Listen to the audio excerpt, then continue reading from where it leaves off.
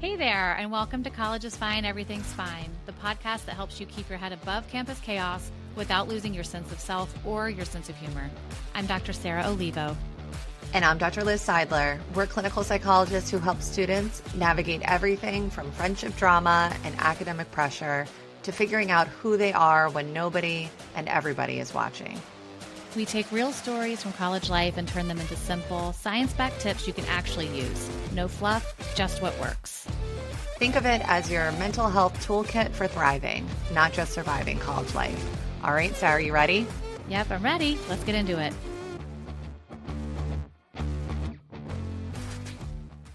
All right, listeners, we're excited for the new year and some content that we have that we think will be helpful for you. And we are really excited about having somebody on that has expertise working with college students and a background in executive functioning, just in case you didn't have the semester you wanted in the fall, that you can really have a plan entering into the spring semester with a new set of tools. So we have Krisler Bailey on. And Krisler, I'd love for you to introduce yourself to our listeners. Let them know what you're doing, what you're all about. Hi, ladies. Thank you so much for having me. I'm excited to talk with you today because, students sometimes don't have the best start.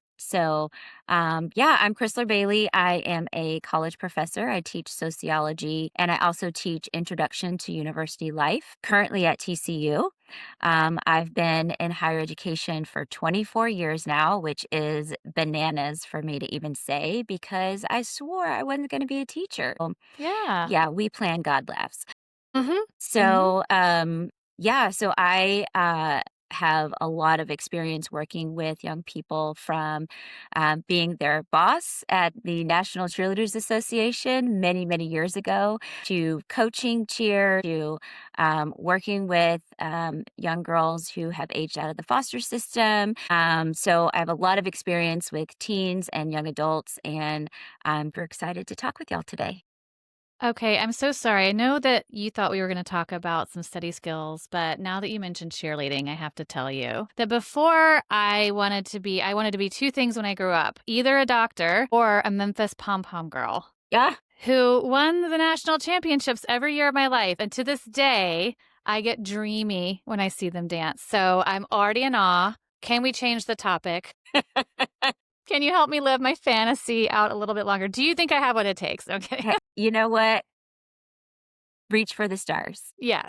Well, I think I went in the right direction. I didn't even really become a real doctor, as my kids would say, but I got closer to that than dancing, which is probably a good thing. So, no, we're so excited. That's an amazing range, and I am really proud of your college, TCU, for having a class like you said, Introductory to University Life. I don't know that that's standard, and it's certainly something Liz and I feel really strongly could be useful and helpful, so not as many people have to flounder around. Yeah. But you mentioned you're kind of on the front lines. You've seen some people struggle in that first semester. How typical would you say it is for people to struggle? Does everyone do it? Have some sort of learning curve in your experience? Yeah, I would say everyone does have some sort of learning curve. It is very common for students to struggle. What they struggle in can certainly vary by their background, their experience. If they come from a high school experience that's very rigorous academically, then maybe they don't necessarily struggle with the academic part, but they struggle more with the social part, or they struggle with maybe how to engage on campus. You know, if they've never really had to have help from a teacher in the past, then going to office hours is something that they don't really know how to navigate. So I think there is something that everybody maybe struggles with. And the depth of that struggle is different. You know, some students, they sort of lose their footing at the beginning of the semester and they get lost and they're not sure what to do. But by a few weeks in, they feel more comfortable. And some students, it takes them a whole semester or maybe a whole year before they feel like, okay, I've got this. I can do this. Yeah. No, I think it's nice to have you say that there's buckets, because maybe if you're struggling academically and your roommate isn't, you might not realize that that person is struggling socially or in some other way that you aren't. And so I Mhm. think it's easy to kind of see other people, like kind of where we're struggling the most and compare ourselves to that person. But that you're saying like there's usually some sort of bucket that they can take a quick look at. And as we go into the new year, that's what we're all about. Okay, so I guess our first question, because we're gonna have this discussion around new semester, it's coming out around the new year. Do you believe in New Year's resolutions? Not really. No. I think that people have the best of intentions when they create a resolution. But, there are so many folks that by the second week of the year, they've already sort of fallen off the wagon, or, by the end of the month, they have stopped going to the gym, or they, haven't done whatever it is. And it's really, really difficult, especially for people who are all or nothing people, Hmm. to stay with it. Mm-hmm. And I find that with students, they tend to be all or nothing in the area of motivation. They think, well, if I'm not motivated, or how they always ask, how do I get motivated? And I have to remind them that it's not necessarily about the motivation, it's about building discipline, and building smart habits. So I tell my students at the beginning of the semester and my clients that discipline wins, motivation wanes, discipline wins. And so it's really about figuring out how to build those habits and to become a disciplined person, so that even when you don't feel like it, because I'm sure you would say, I don't feel like grading, or I don't feel like scrubbing toilets, but you know what? I'm going to scrub the toilet because I know it's something that is needed for my household, right? So there's I so many things that love we don't scrubbing a feel toilet. like. Yeah, I mean, a good clean toilet is awesome, but there's things that we don't feel like doing, but we do them anyway because we've become disciplined in those areas. Yeah. Yeah. Okay, so I think before we get into, I love this concept of, Sarah and I are always talking about the amount of referrals I get for low motivation, and thinking that I have this like magical cure to help people become more motivated, which I don't, side note. But I'm hoping that we can cultivate like a mindset that helps students feel more optimistic about their ability to bounce back, both hopefully concretely. What are certain skills that you can kind of and habits to put in place that might help you get back? But let's say you're a student and you're feeling really pessimistic and you feel like there's no way that I can kind of get myself, out from this bad place I'm in after the fall semester. Can you share a story that might be able to give them some hope? Or like, what would you say to a really hopeless college student, knowing, and I think Sarah and I know this, that leaves of absences as you accumulate them in college really decrease the likelihood that you'll complete your degree? Thoughts about that? How to kind of induce hope before we present a plan? A big part of it, I think, is your community. If you are trying to do college alone, you're going to struggle a lot. So white knuckling it through, going alone, picking yourself up by your bootstraps, it just Right. is not going to work well for you. So using your community, meaning your friends, your family, outside help like coaches, therapists. A lot of colleges offer these services. It's included in your tuition, right? We say it's free. It ain't free. Somebody's paying for it. Yeah. It's included in your tuition. So use the resources. Some universities will have peer coaches, some will have professional coaches. There's writing centers, there's tutors, your professors. You cannot go through life trying to white knuckle it and do it alone. You have to identify who is in your community that is available to help, what their expertise is, and then utilize that to your advantage. Yeah, I love the idea of community. And Liz and I are big proponents of the fact that we're therapists, but there's so many people in your world who can play a really helpful mentor or therapeutic role. And certainly we've talked a lot about, some intimidation around professors. For instance, you mentioned office hours. We did an episode where we talked about office hours 101. Like, what do you expect? What are some of the fears that people have and how can we get rid of those? And I also am curious to see the students who you find are able to bounce back, what kind of community they have in terms of other friends or the students that they spend time with. Yeah, so there are lots of different ones. And I think it's when they find groups that they have in common first. Mhm. where it could be their first generation students. So they find other first generation students, Right. or maybe people in their major, where you have these similar classes that are sort of these weed out classes where it seems like everybody is just struggling and drowning. In my introduction to university life class this semester, there were three young ladies who were pre interior design majors, and they all had to go through this entire semester learning all of these brand new ways to draw and sketch and, do all these very intricate things. And because they were all in our class together, they met each other, they knew each other's names, and they knew the content that they were working through and the projects they had to do. And every class, they talked about it. And it was really cool to watch them sort of grow together in this bond. Mhm. And I'm so proud of them because all three were accepted into the interior design degree program. So they're all going to be moving forward together. But it I love was that. this journey that I got to see them walk through and to hear them talk about in their end of semester presentations about all of that. So when you have people in these similar majors where they're sort of dealing with all these same struggles, find those people. Greek life can be another place that people can build community. Sports, if you play a sport at your university, or maybe you were in a sport before, but you're not playing officially for the university. Maybe if there's an intramural group or club that you can connect with. I think finding those commonalities. And then once you do, expand from there. Find people who are different than you. Maybe they don't celebrate the same holidays, or they aren't of the same religion, or maybe they come from a different family background. Those people, you can find them very easily in your classes. Yeah.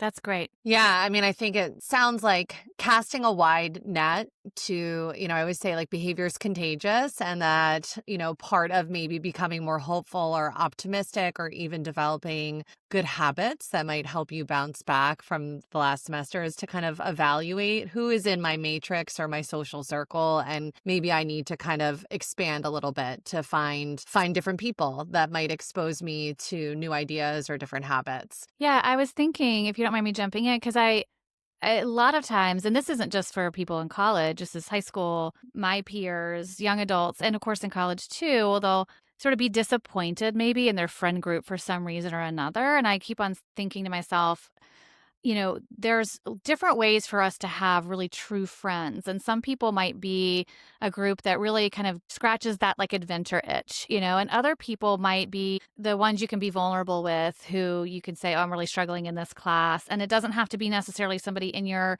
closest friend group. You can have some friends who are kind of, to your point, like in your major, and get close that way. And then you can also shift and then say, all right, but I don't have to give one up to have the other, so that if you're not finding that in your immediate group, it doesn't mean you're in the wrong friend group. Not all friends can be all things to all people. So you might have to, yeah, cast a wider net, look around your classroom, see who might be that good sort of like buddy in that situation of like a study buddy, or do people still say study buddy? What word do we use for this now? I don't think people said study buddy when we were Uh, growing up. I think that's for like sixth graders. So help me cool it up a little bit, I guys. don't know. I mean, they do like Yeah, I don't some know.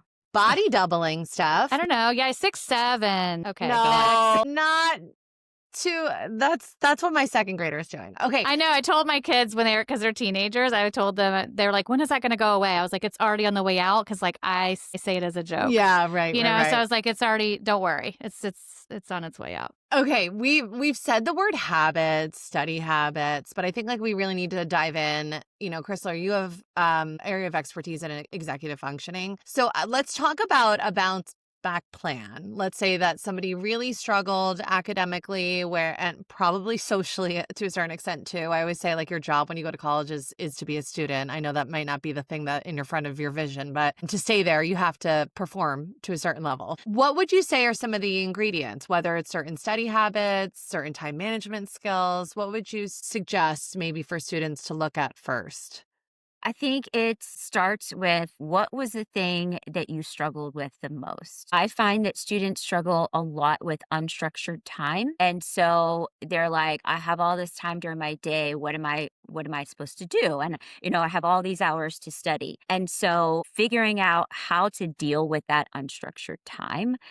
Now that could be with time blocking, for example. If they have classes on Monday from 9 to 10, and then 12 to 1, and then 3 to 5. Well, that leaves a lot of gaps in the day. So they may not be used to, what do I do with my time? And so now they're like, when do I eat? Because I have class at 12 and that's lunchtime.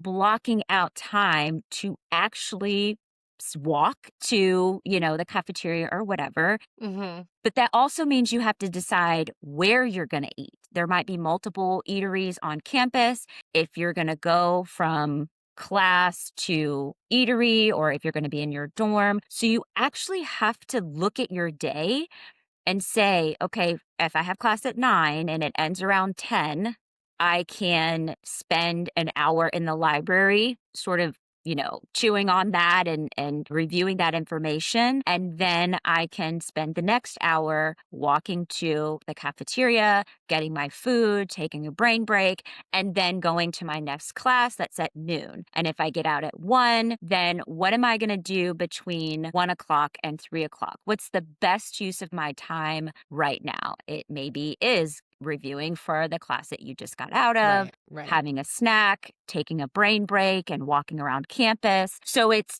how are you going to actually break down your day so that you get done what you need to get done and you're not staying up every night until 2 a.m. Mhm. You do actually get to hang out with your friends, Right. balancing your day, where you're able to study and enjoy the time, right? You don't just go to, I mean, yes, you go to college for academics, Yeah. but let's be realistic. Like you go Right. for fun too. Mhm. So those two things don't have to be separated. Yeah. Yeah, I think that you said something where it's like you get to go and hang out with your friends and actually enjoy it. Because I think I certainly remember the feeling. I can still have it where I'm doing something social or just hanging out with friends, and all I can think about is something I have to do that I probably could have gotten done, or maybe shouldn't have gone to the hang out with my friends if I was going to get it done in time. So that's that idea of like, oh, actually to have that weight off your shoulders feels so good. Yeah, and I think that kind of long swath of time can feel overwhelming at times. It's like freedom, but then there's too much of it. So, one thing I'm curious about, just as somebody who has struggled a little bit with executive functioning myself, like a little bit of inattentive ADHD going on, and I don't naturally have maybe probably a little harder for some students to build those skills in, even if they know exactly what to do by the book. Do you find that there's some, a hack or something, a way to help get that system going if you really struggle with keeping that sort of discipline? Eliminating distractions Mhm. Mhm. Mhm. is a huge one. Yeah. And I have a client who spends a lot of time on their phone, and they will tell you, like, I spend a lot of time on my phone. It's hours and hours and hours. And what I have come to learn about this young man is that the time use is more of a safety. The phone, the physical phone, is more of a safety, right? You see a Mm. lot of people walking around with their phones in their hands. They're not doing anything on their phone, they just have it in their hand, right? Or students in classrooms where they just have their phone out on their desk. Mhm. It's become their emotional Mhm. safety device, right? So it's, what is that distraction for you? What is the Mhm. biggest thing? Right. Start there and not get rid of it, because for a lot of people that makes them feel unsafe. They Mhm. don't know how to Mhm. navigate that. But what can you do? Can you turn your phone on do not disturb for 15 minutes or at a certain time? One of the students in my classes got a suggestion from one of her sorority sisters to give the passcode to your roommate. So if you or somebody maybe you're studying with, so it's like, I have to spend, all this time watching Mhm. reels on Instagram and my 30 minutes is up. Well, I don't have the passcode to it. So then I have to go beg somebody for the passcode, and that that's not fun. Right, right. So what small thing can you do that's going to help you with that distraction? I think a lot of what people struggle with is distraction. And I'm right there with you. I mean, between, the jobs that I have, the Mhm. children, like there's just so many things. So many times I will have to put my phone in a whole nother room. That helps me become more productive. Yeah. Right. Have There's you a guys study out there, right, that says if you have your phone in your vision, you're distracted even more so even if you're not looking at looking it. at Mhm. it? Yeah. And I'm like, I know what I mean. It's like in the periphery, like a magnet. It kind of just pulls your attention away. Have you seen those tags that you can have now where you can kind of just tap your phone to it and have all these Yes. I automations? was just going to tell you, have you heard about that? My patient, her sorority has this. It's called the brick. Do you guys know what this Yeah. is? Well, that's an Mm-mm. expensive one, but you I can know. do I mean, this is inexpensive what ones. this is like what Greek life is paying for, right? Apparently, you But can use a hotel card key. Yeah. So yeah, you but don't have to anyway, get the brick. But if you want to yes. spend $40, it does work. Yeah, it's essentially like a way This is I sponsored by Brick. no, it's not This sponsored podcast by episode should be sponsored by Brick. Should be. Just putting it out Okay. there. So just to summarize, brick aside, is that it seems like first step, like accurate reflection of really looking back at the past semester and identifying what went wrong, right? Right. What was the hardest thing? I like pinpointing like just Yes. one thing, What was the the hardest thing? hardest. And then we talked about, okay, which I do believe it is part of the equation for a lot of college students, is this idea of time management. And can you really, and it seems like in a nuanced, specific way, go through your schedule for the spring and map it out a little bit better about like, what are you actually doing hour by hour? Something I like to say to college students, I'm like, if you really were just a student, like a job from 9 to 5, and were productive during those hours, you would have so much free time on your hands. You actually have a lot, at least around here. You have so much more free time in college than you do in high school, where I am. So I love all those time management tips, reducing distractions. Maybe we could just talk a little bit to kind of end the episode in terms of bouncing back around study skills, which again, I don't think they're really well taught in high school. I think a lot, and Right. It's so vague. particularly on writing assignments that tend to be a large amount of, in my experience, college assignments. So any studies, like, okay, now you've evaluated, okay, maybe I don't know how to study or prepare for examinations or assignments, any tips you might have for college students that are looking to enhance their study skills? Yeah, rereading your notes is not the thing. It's not the way. So that's just flat out like you're not doing a whole lot for yourself if you're Right. just reading things over and over again. So one thing I would say is how are you engaging with the material? That could be writing out summaries of the information. That could be writing questions. So if you have notes, like if your professor already provides notes, maybe they provide a PowerPoint or an outline. Go based on what they've given you, write the question. Also, test yourself. So, and you can do this in groups too. Once you find those buddies in class, Mm-hmm. you go through the unit or the module or whatever, and you all write questions over the whole thing. Like, don't assign it a chapter per person Right. because that only gives you that interaction for that chapter. Right. But each one of you do all 4 chapters, and maybe you assign 5 questions or 10 questions per chapter, and then you test each other. So now you're getting different perspectives on the material, but you're also engaging with the material differently than you would if you're just, again, reading through the notes. Don't do that. Highlighting, I would say that's a negative in my book too. A lot of students tend to highlight everything. Yeah. So then what does that actually do for you? Nothing, right? So yeah, and there's classes that students assume are going to be easy. My class is one of those. I teach introduction to sociology or social problems. And except for this semester coming up, I get to teach the life lessons from the Golden Girls perspective. Oh, It's Oh, oh my awesome. God. Oh my God. Can I take your Um, class? yeah, it's going to be amazing. But with intro to sociology, students come in and they think, I've got this. I know it's, social interaction. I know how to do it. And so they're already assuming it's going to be easy. So I think even just when you go into a class, don't make assumptions. Mhm. Like, go in thinking, I'm going to learn something for this class. I'm going to do my best to engage with the material. It may be hard, it may be easy, but just go in ready to learn. And I think that even just starting out with that sort of mindset can help students sort of prepare themselves to engage and be ready to learn. I love that, and I'm just reflecting back on how much I wish I had met you and had your advice or your class before, because I probably wouldn't have struggled so much in my intro to jazz class that I thought was going to be easy, but it turns Mhm. out, damn. It is always those classes I find that are like not even within your major. It might be like a core requirement. And like I think a lot of people are like, oh, I'm just gonna like phone this in, this anthropology class, right? Mm-hmm. But I also, in terms of like happiness, I do think the more engaged you are in the material, aside from academic success, like it's a whole semester. Like you have to find a way to maybe enjoy the process. But I like that, the mindset kind of going into it. And I really, really loved all your tips about engaging with the material. I think that is a real difference, that it's hard for students to recall material because they're just kind of reviewing notes, as opposed to really like encoding things in their memory and learning. It makes you feel like you're doing something to highlight, but it's almost like, how many times have I read a paragraph and I get to the end, I'm like, I don't even know what I read. Like my eyes Right. scanned over it. But, Right. Yeah. well, if people, because I know what's going to happen is people are going to want to hear more about some of these tips that you give. Is there a place for them to find you? We'll certainly put your website up on our show notes, but are there ways for them to find you and get more of this?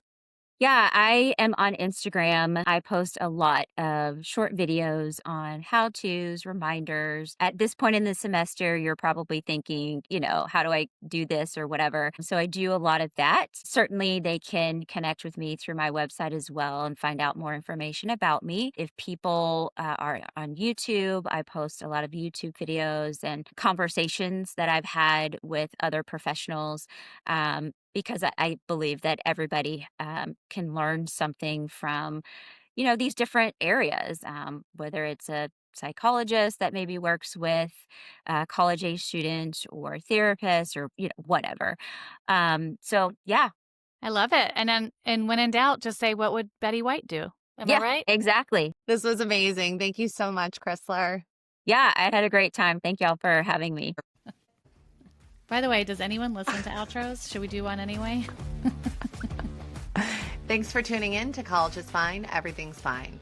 We hope you're walking away with skills you can use right now, whether you're just beginning to think about college, starting your first semester, or counting down to graduation. If you like today's episode, you know what to do. Subscribe, leave a review, and share it with a friend or your roommate or your parents or that random person you keep seeing on the quad. Please don't be shy. Want more tools, tip sheets, or courses? Head to collegeisfinepodcast.com or follow us on Instagram and TikTok at College is Fine Podcast. We'll catch you next time with more real talk, more skills, and more of what actually works on campus. Until then, remember that we are rooting for you.